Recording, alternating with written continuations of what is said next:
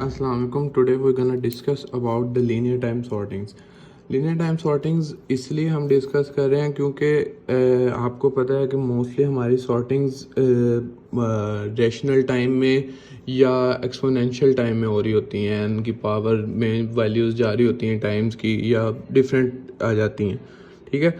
और linear time sorting में क्या होता है कि लीनियर टाइम सॉर्टिंग में मोस्टली जो वर्स्ट केस होता है वो n log n होता है, जिसकी वजह से हमें ये इजी रहता है। पहली टाइप है हमारी काउंटिंग सॉर्ट। काउंटिंग सॉर्ट में बेसिकली हमें एक अरे गिवन है, जैसे कि एक अरे है 1 7 4 9 6 3 2 5 1 2 3 4 5 6 7 8, ठीक है। इस तरह की एक सॉर्टिंग है। अब हमने इसमें जज करना है कि सबसे बड़ा नंबर कौन सा है। सबसे बड़ा जो नंबर होगा उतनी हमने एक डमी अरे बना लेनी है, ठीक है। डमी अरे में हमने जाके उनकी वैल्यूज सेट कर देनी है 4 5 6 7 8 9। अब हमने काउंट करना है कि कौन सी वैल्यू कितनी कितनी दफ़ा आई है। जैसे 1 पे है 1 एक दफ़ा है, 1 में 1 लिख दिया।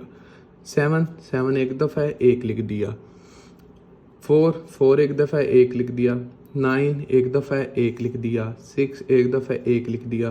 3 एक दफ़ा है, 1 लिख दिया। 2 एक दफ़ा है, 1 लिख दिया। 5 एक दफ़ा है, 1 लिख दिया, ठीक है। अब जो नई अरे हमारी बनेगी वो इसकी बेसिस पे बनेगी, मतलब 1 आया, एक 2 आया, एक 3 आया, एक 4 आया, एक 5 आया, एक 6 आया, एक 7 आया, एक 9 आया, ठीक है। अगर फॉर एग्जांपल हम यहाँ 3 को काट के यहाँ पर कर देते हैं 5 और 4 को काट के हम कर देते हैं 7, तो 3 और 4 ख़त्म हो जाएगा हमारे पास। 7 2 हो जाएंगे और 5 भी 2 हो जाएंगे। 1 आ गया एक दफ़ा, 2 आ गया एक दफ़ा, 3 नहीं आया, 3 की जगह हम लिखेंगे 4, ठीक है। 4 अब 5 आ गया, 5 नहीं 4 भी हमने कैंसिल कर दिया था, सॉरी। यहाँ पे आएगा 5 एक दफ़ा, 5 दूसरी दफ़ा, फिर हमने 6 आना है यहाँ पे, और 7 एक दफ़ा, 2 दफ़ा, और फिर 9। इस तरह से हमारी जो अरेज हैं वो सॉर्ट हो रही होती हैं कि डिफरेंट आपके पास अगर वैल्यूज़ आ जाती हैं उनको हमने काउंट करके उसको एक डमी अरे में पुट करके फिर उन काउंट्स के अकॉर्डिंगली उनको दोबारा सेट कर देना होता है। दूसरा हमारे पास आ जाता है बकेट सॉर्ट।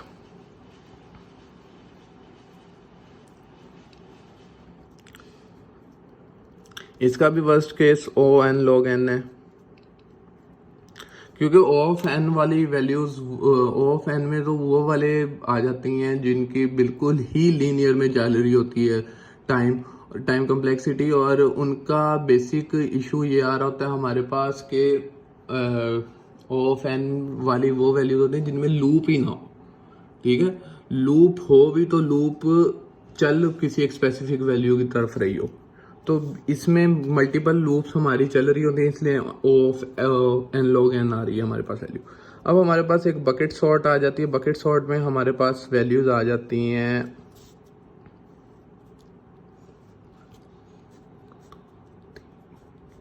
4 5 6 7 8 9, 0.78, 0.17, 0.39, 0.26, 0.72, 0.94, 0.21, 0.12, 0.23। अब हमने एक डमी अरे बनानी है, उसमें वैल्यूज हमने रख देनी है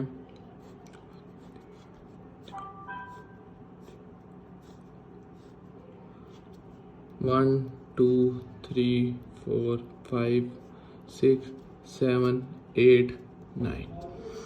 अब इसका मतलब ये है कि हमारे पास जो वैल्यूज़ ये वाली है ना, उसके अकॉर्डिंगली आपने इसके हिसाब से सेट करना है। जैसे 0.78 है, 0.78 को हम इसमें रखेंगे 0.78, फिर हमारे पास 0.17 है, 0.17 इधर आएगा, फिर हमारे पास 0.39 है तो 0.39 क्योंकि 3 पे जा रहा है तो 39, फिर 0.26 है 0.26, अब हमारे पास 0.72 आ गया। इसी के आगे एरो लगा के 0.72, फिर हमारे पास 0.94 आया, वो इसमें आएगा 9 वाले में, 9th इंडेक्स पे, फिर 0.21 आया, वो इसमें आएगा। लेकिन अब ये 0.21 0.26 से छोटा है तो यहाँ पे 0.21 हो जाएगा। यहाँ पे अब हमारे पास एक 0.23 भी है, वो 0.23 आएगा और फिर 0.26 आएगा। ठीक है, अब सिमिलरली ये भी हो गया, ये भी हो गया, ये भी हो गया, ये भी हो गया, ये भी हो गया, ये भी हो गया, ये भी हो गया। यहाँ पे अब 0.12 आया, 0.12 0.17 से छोटा है तो 0.12 पहले आ गया, 0.17 बाद में आ गया। अब इसको चलाने का तरीका ये है कि ये यहाँ से रिवर्स होके इस तरफ, फिर इधर से रिवर्स होके इस तरफ, फिर इधर से रिवर्स होके इस तरफ, और फिर इधर से रिवर्स होके इस तरफ।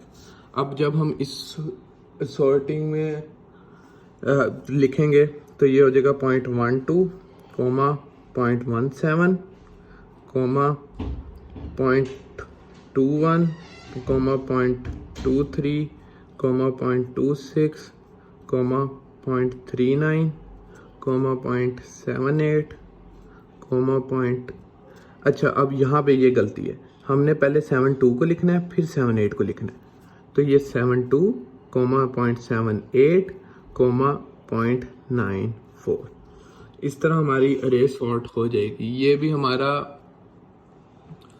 अब इसके लिए हमारा बेसिक मकसद, जब हम ये वाली अरेज बना रहे होते हैं, हैशिंग यूज हो रही होती है, और ये वाले अरेज के टाइम पे हम लीनियर सॉर्टिंग कर रहे होते हैं, मतलब इंसर्शन सॉर्टिंग। इंसर्शन सॉर्टिंग होगी, इंसर्शन सॉर्टिंग के अकॉर्डिंगली आपका ये पूरी अरे सेट होगी, और फिर उस अरे को रिवर्स जब हम चलाएंगे तो हमारे पास एक सॉर्टेड अरे आ जाएगी। इसको कहते हैं बकेट सॉर्ट। हमारा नेक्स्ट कंसेप्ट है रेडिक्स सॉर्ट। रेडिक्स सॉर्ट के लिए हम रेडिक्स सॉर्ट इसलिए यूज़ कर रहे होते हैं क्योंकि हमारे पास अगर फॉर एग्जाम्पल एक वैल्यू आ जाती है 972, अब ये बहुत बड़ी वैल्यू है एज कम्पेयर टू, अगर हम इसको काउंट सॉर्ट से करेंगे तो हमें 972 इंडेक्स तक एक रे बनानी पड़ेगी, जो कि बहुत लंबा हो जाएगा और इसके टाइम कम्प्लेक्सिटी बढ़ जाएगी। सिमिलरली अगर हम इस पे बकेट सॉर्ट लगाने के लिए कोशिश करें तो बकेट सॉर्ट के टाइम पे भी हमें इतनी बड़ी वैल्यूज़ को यूज़ करना पड़ेगा। इसके लिए हम यूज़ करते हैं रेडिक्स सॉर्ट। रेडिक्स सॉर्ट के लिए हमने एक अरे ले ली, अरे लेके हमने अब उसमें भी वैल्यूज़ बड़ी बड़ी ली हैं, तो अब हमने जो लास्ट इंडेक्स है ना वैल्यू का, उसके अकॉर्डिंगली सॉर्ट कर देना है। जैसे 494 आ गया, 194 आ गया, 576 आ गया, 296 आ गया, 278 आ गया। अब हम सेकंड वैल्यू के अकॉर्डिंगली इसको सॉर्ट करेंगे।